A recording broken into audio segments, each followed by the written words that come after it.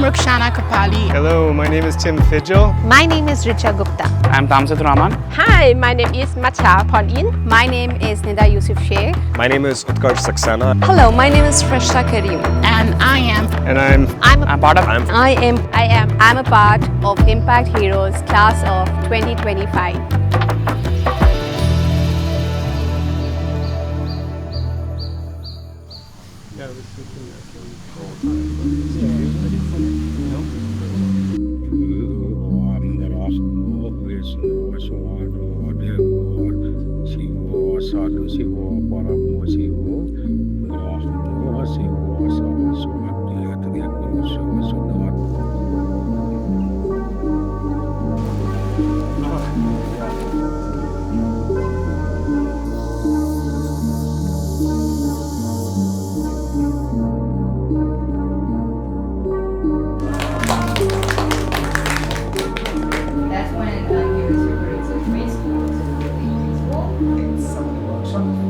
A lot of it was firefighting and fundraising, etc.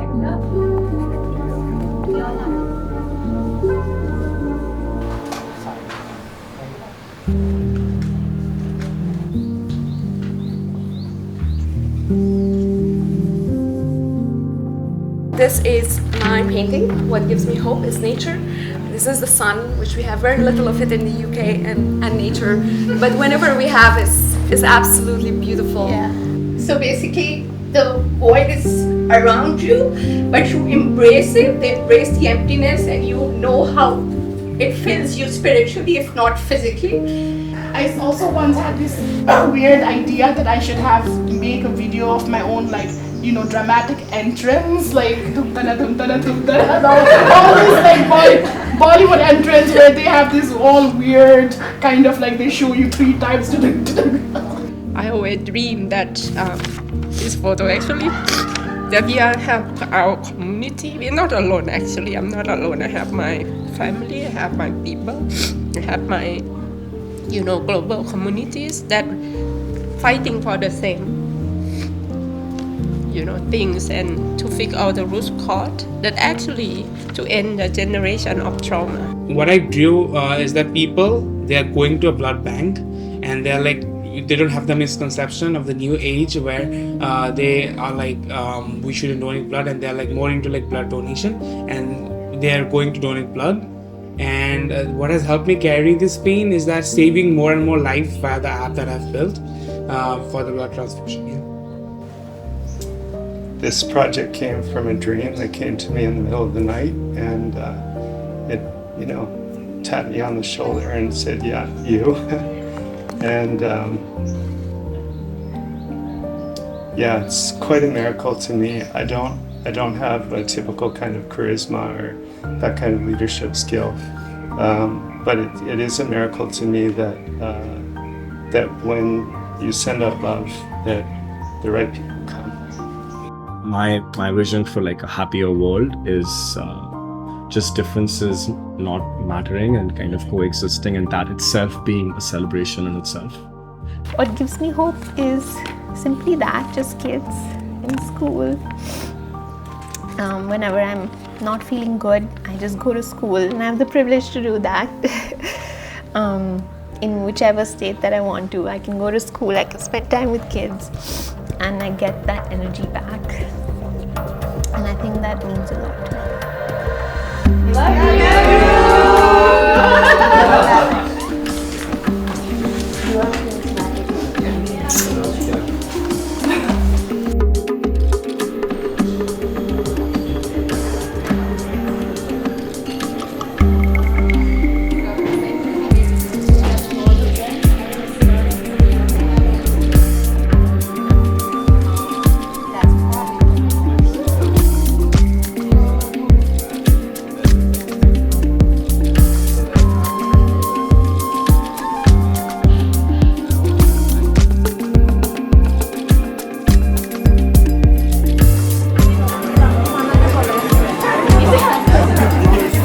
All right.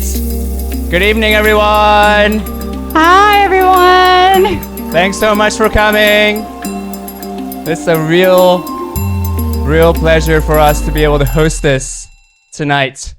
at our place, Mana.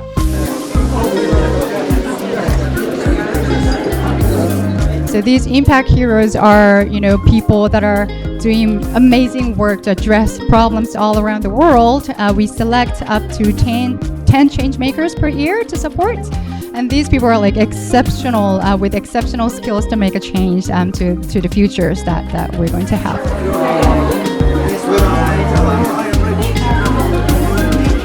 Sangsat Anakot Yawachon had the vision to empower 1,000 young people each year to reach 10,000 feminist human rights defender in the next decades. I won the case at Supreme Court where I was finally recognized in the way that I wanted to, and it established a precedent in Nepal that people are allowed to change name and gender in their documentation. We all inherited the same broken justice systems, and as a result, we already have pilots running in Ghana and Kenya, and fingers crossed, maybe starting something in Indonesia next week, proving that we could be a global solution for the global south.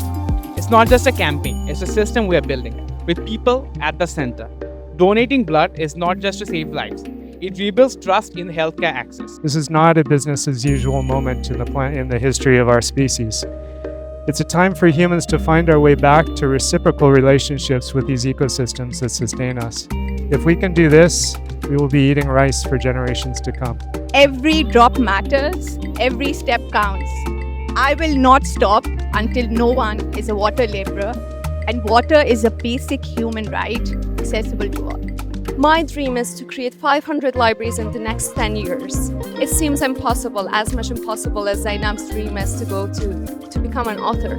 But we both believe in power of dreams, and we'll see what will happen in future. But one thing we are committed to dream and to keep working hard for it. So because of our programs, we have seen a 21% decrease in clinical levels of anxiety amongst the children that we work with.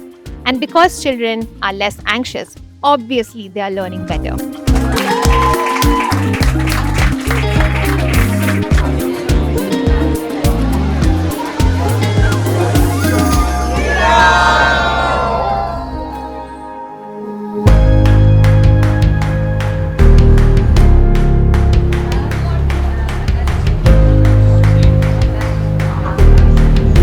So far we were doing a lot of cohort activities as a group together. Now we are doing a lot of one-on-one sessions, which are deep dives with mentors. So for instance, I'm just coming out of almost a 3-hour conversation with my mentor where we discussed everything about our work. It was like a crash course on just the whole range of things that come up in our work. And it was really useful because we need guidance on a range of things, and there was so much kind of wisdom and experience shared in the process that it was very helpful.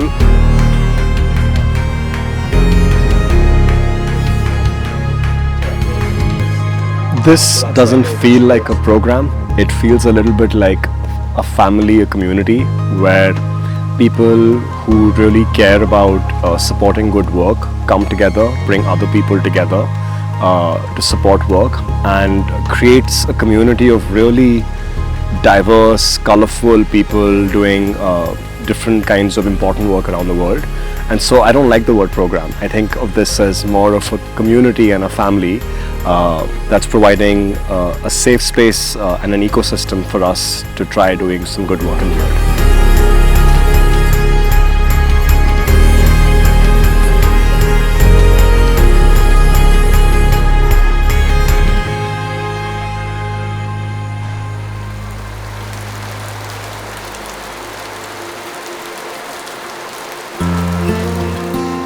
Another aspect of this that relates more for us in this sector is the interconnectedness of the well-being of ourselves, the leaders of the organizations, and the people of the organization, and the society that we're trying to help, right? It's talking about, and this started to come out probably in the last decade or so, because a lot of the NGO leaders were burning out, or being burnt out.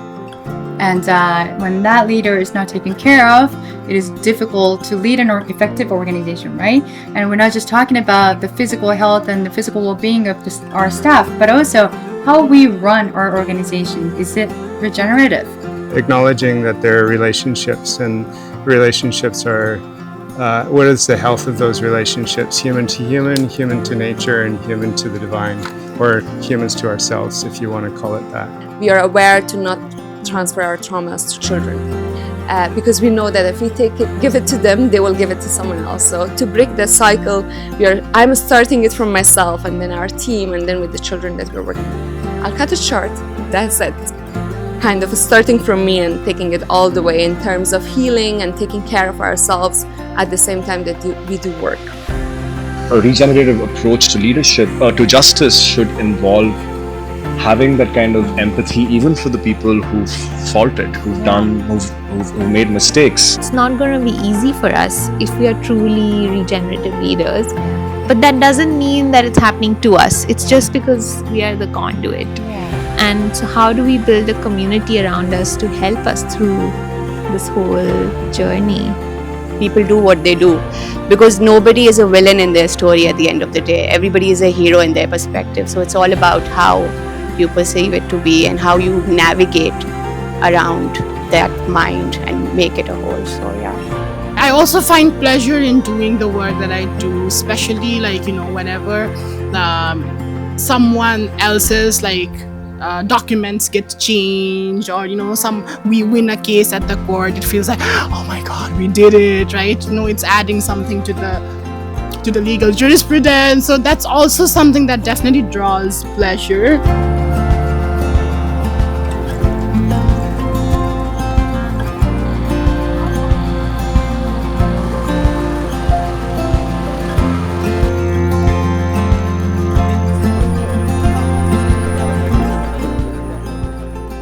So I've learned a lot of new things. Is that as change makers, sometimes you just go and start doing what you have to do and do not zoom out. You don't get the time to actually zoom out and take a look at things from a very macro lens and from a lens of other people and how you can do it in a structured manner. So I feel like I've gotten the tools to have some clarity in how I need to communicate, how I need to focus on things that matter right now in the short term, like how I want to prioritize.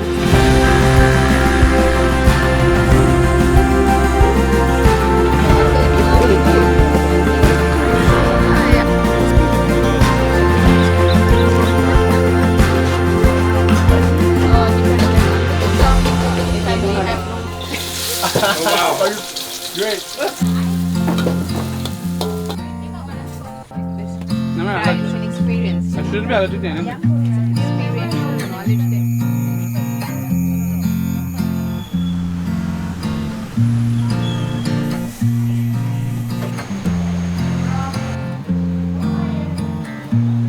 there. Here in Bali, we have such a beautiful experience and learn so much from the local who are host us. Yesterday we learned how to planting rice, learn how to cook the local food, but also here learn how it's important for the well-being of the women who are pregnant and how the child will be birthed in the peaceful and meaningful, and also it related to every single issue, whether it's human rights, sexual reproductive health and right, armed conflict or disaster that impact our society.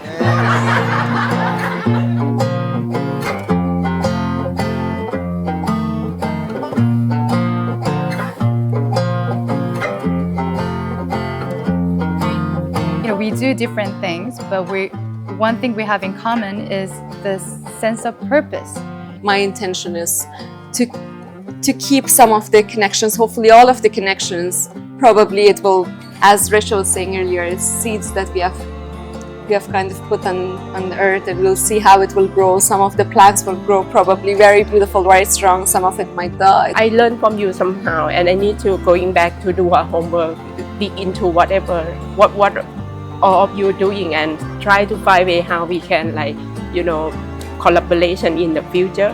There's a lot of, although I don't think I can sum up everything right now, but there's so much that I'm taking away from this trip. So I'm really, really grateful to all of you wonderful souls for contributing to this. I'm not a very chatty person, and I really did share with you, and I have been at my most vulnerable, and I didn't know that I had so much emotion build up inside of me. So for me, that is, I think, the central takeaway of this week, that whether it was in the cohort, whether it was in Earth Company, whether it was at the farm, at the clinic today, wherever, it's always about the people, and we shouldn't forget that.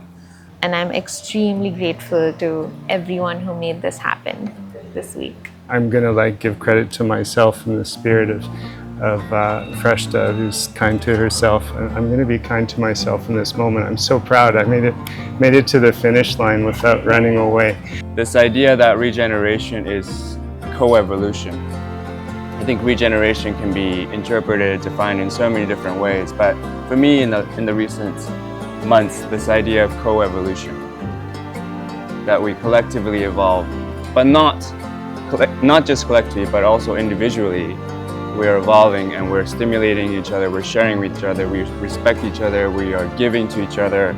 That idea of co-evolution is so true in this cohort, in this group as well.